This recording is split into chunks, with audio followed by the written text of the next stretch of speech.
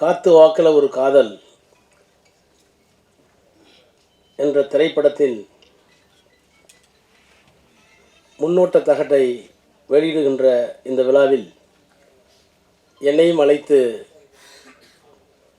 பெருமை சேர்த்திருக்கின்ற இந்த படத்தினுடைய தயாரிப்பாளர் சகோதரர் எழில் இனியன் அவர்களே, இயக்குனர் மாஸ் ரவி அவர்களே, இந்த திரைப்படத்தில் பங்கேற்றிருக்கின்ற கலைஞர்கள் மஞ்சுளா அவர்களே, ஜிகேபி அவர்களே, சூப்பர் சுப்ராயன் அவர்களே, சுபாஷ் மணியன் அவர்களே, ராஜ்குமார் அவர்களே, இவர்களோடு இணைந்து பணியாற்றியிருக்கின்ற ஏனைய கலைஞர்களே, வருகை இருந்திருக்கின்ற திரைப்படத்துறையிலிருந்து வருகை இருந்திருக்கின்ற பல்வேறு வல்லுநர்களே, பெரியோர்களே, தாய்மார்களே, பத்திரிகையாளர்களே, ஊடகவியல் நண்பர்களே, உங்கள் அனைவருக்கும் வணக்கம். நான் சார்ந்திருக்கிற திராவிட முன்னேற்றக் கழகம் கலையோடு, இலக்கியத்தோடு, சினிமாவோடு நெருங்கிய தொடர்பில் இருந்தாலும் கூட நான் அரசியலுக்கு வந்த 90களில் பரபரப்பின் காரணமாக அதிகமான நேரத்தை சினிமாவுக்கு என்னால் ஒதுக்க இயலாமல் போய்விட்டது.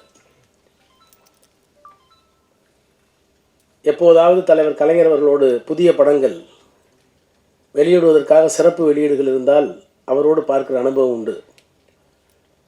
நாங்கள் பார்த்த திரையுலகமும் இன்றைக்கு இருக்கிற திரையுலகமும், நாங்கள் அனுபவித்த இசையும் இன்றைக்கு இருக்கிற பிள்ளைகள் அனுபவிக்கிற இசையும்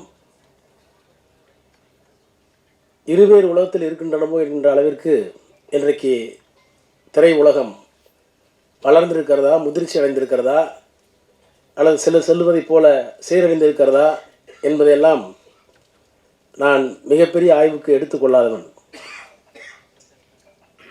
ஆனால் காதலும் வீரமும் தமிழர்களுடைய வாழ்க்கையில் இரண்டர பின்னி இருந்தது என்பதை திராவிட இலக்கியங்கள் சங்கப்பாடலிலிருந்து பல்வேறு விதமான குறிப்புகளை எல்லாம் பேரறிஞர் அண்ணா அவர்களும் தலைவர் கலைஞர் அவர்களும் எழுத்தில் எடுத்து காட்டியிருப்பதை நாங்கள் எல்லாம் படித்து வளர்ந்தவர்கள். இன்றைக்கு இருக்கின்ற முதலமைச்சர் திராவிட மாடல் ஆட்சியினுடைய நாயகர் மாண்புமிகு முத்துவேல் கருணாநிதி ஸ்டாலின் அவர்கள் அவருடைய தந்தை கலைஞர் அவர்களுடைய எழுத்தில் விளைந்த ஒரே ரத்தம் என்ற திரைப்படத்தில் நடித்திருப்பார். அந்த படத்தில் சாதி ஒழிப்பு குறித்த மைய கருத்து அடிநாதமாக இருந்திருக்கும். எப்போதுமே ஒரு கருத்தை செயற்கையாகவோ இயற்கையாகவோ நம் மீது வரித்து கொள்ளுகிற போது அதனால் ஏற்படக்கூடிய விளைவுகள் அதிகம். நானே கூட 8ஆம் வகுப்பு படிக்கிற வரை திராவிட இயக்கம் என்றால் என்ன, பெரியார் யார், கலைஞர் யார், அண்ணா யார் என்று அறியாதவன்.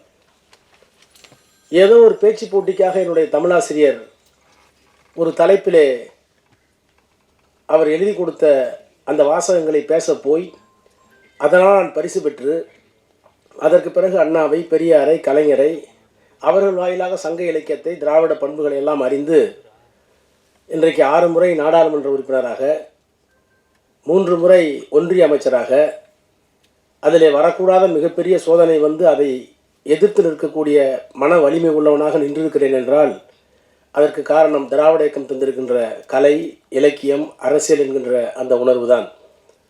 அந்த அடிப்படையில் இன்றைக்கு இருக்கிற முதலமைச்சர் நடித்த அந்த ஒரே ரத்தம் திரைப்படம் கூட மிகப்பெரிய தாக்கத்தை என்னுள்ளே ஏற்படுத்தியது. ஆனால் இந்த படத்தினுடைய கதை என்னவென்று நான் கேட்டேன். இந்த முன் வெளியீட்டு தகடை பார்க்கக்கூடிய வாய்ப்பை பெற்றேன். நான் முன்பே குறிப்பிட்டதைப் போல கலை, இலக்கியம், காதல், வீரம் எல்லாம் தமிழர்களுக்கென்று இருக்கின்ற தனி செம்மாந்த விழுமியங்கள். எங்குற்றான் உந்தன் மகன் என குரல் கேட்ட தாய்க்கிழவி, பொங்குற்ற துயர் அடக்கி புலி போன இடம் நான் அறியேன், போர்க்களம்தான் போயிருக்கும், புலி இருந்த குகை இதுதான் என்று தன் வயிற்றை சுட்டி காட்டிய தமிழ் என்று கலைஞர் எழுதினாரே, அந்த கலைஞர் தான் ஏறு தழுவுதல் ஆடவருக்கு அழகு, அவர் வாயில் வெற்றிலை, சேறு தடவுதல் மகளிருக்கு அழகு என்று காதலையும் சொல்லியிருப்பார். அப்படி காத்து வாக்கில் ஒரு காதல் கதையை கேட்டபோது 2 உண்மையான காதலர்கள் சந்திக்கின்ற தடையை, அதுவும் ஒரு குறிப்பிட்ட சூழலில் பூகோள பகுதியிலே வாழுகின்ற அந்த பகுதியில் இருக்கின்ற தடைகளை எல்லாம் தாண்டி வருகின்ற அந்த ஓட்டத்தை இங்கே தந்திருக்கிறார்கள் என்று சொன்னார்கள்.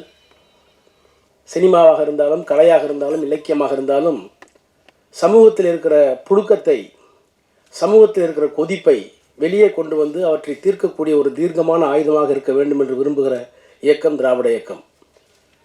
காதல் கவிதையை பற்றிய பல்வேறு கருத்துக்கள் உண்டு. The longest love poem of the loftiest endeavour can be condensed in those few words that I love you and I will love you forever என்று எலியட் சொல்லுவார்.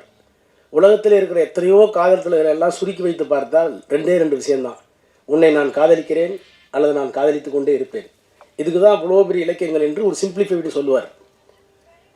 அது ஒரு பார்வை. ஆனால் காதல் இல்லாமல் இருக்க முடியாது என்று சொல்வதற்கும் இருக்கிறது. கலீல் கிப்ரானை நான் படித்திருக்கிறேன். லெபனான் பள்ளத்தாக்குகளில் சைப்ரஸ் மரங்களின் ஊடே என் காதலியின் கல்லறையை கடந்து செல்லும் என் பால்யகால சிநேகிதர்களே, உங்கள் காலடி சத்தம் மெதுவாக இருக்கட்டும், அதை கேட்டு என் காதலி கண்விழித்து போல போகிறாள் என்று கதறிய அந்த காதலனை கலீல் கிப்ரானில் நான் படித்திருக்கிறேன். ஆக வீரம், காதல் இவையெல்லாம் தமிழர்களுடைய பண்புகள், மாண்புகள்.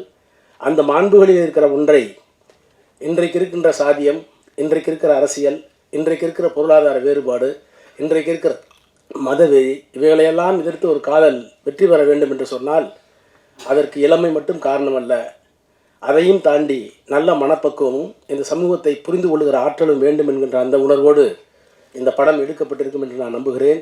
எனவே அப்படிப்பட்ட ஒரு படம் வெற்றி பெற வேண்டும் என்று நான் விளைகிறேன். அதற்காக உழைத்த அத்தனை பெருமக்களையும் பாராட்டி என்னுடைய வாழ்த்துக்களை தெரிவித்து இந்த திரைப்படம் வெற்றி பெற வேண்டும் என்று வாழ்த்தி விடைபெறுகிறேன். நன்றி, வணக்கம்.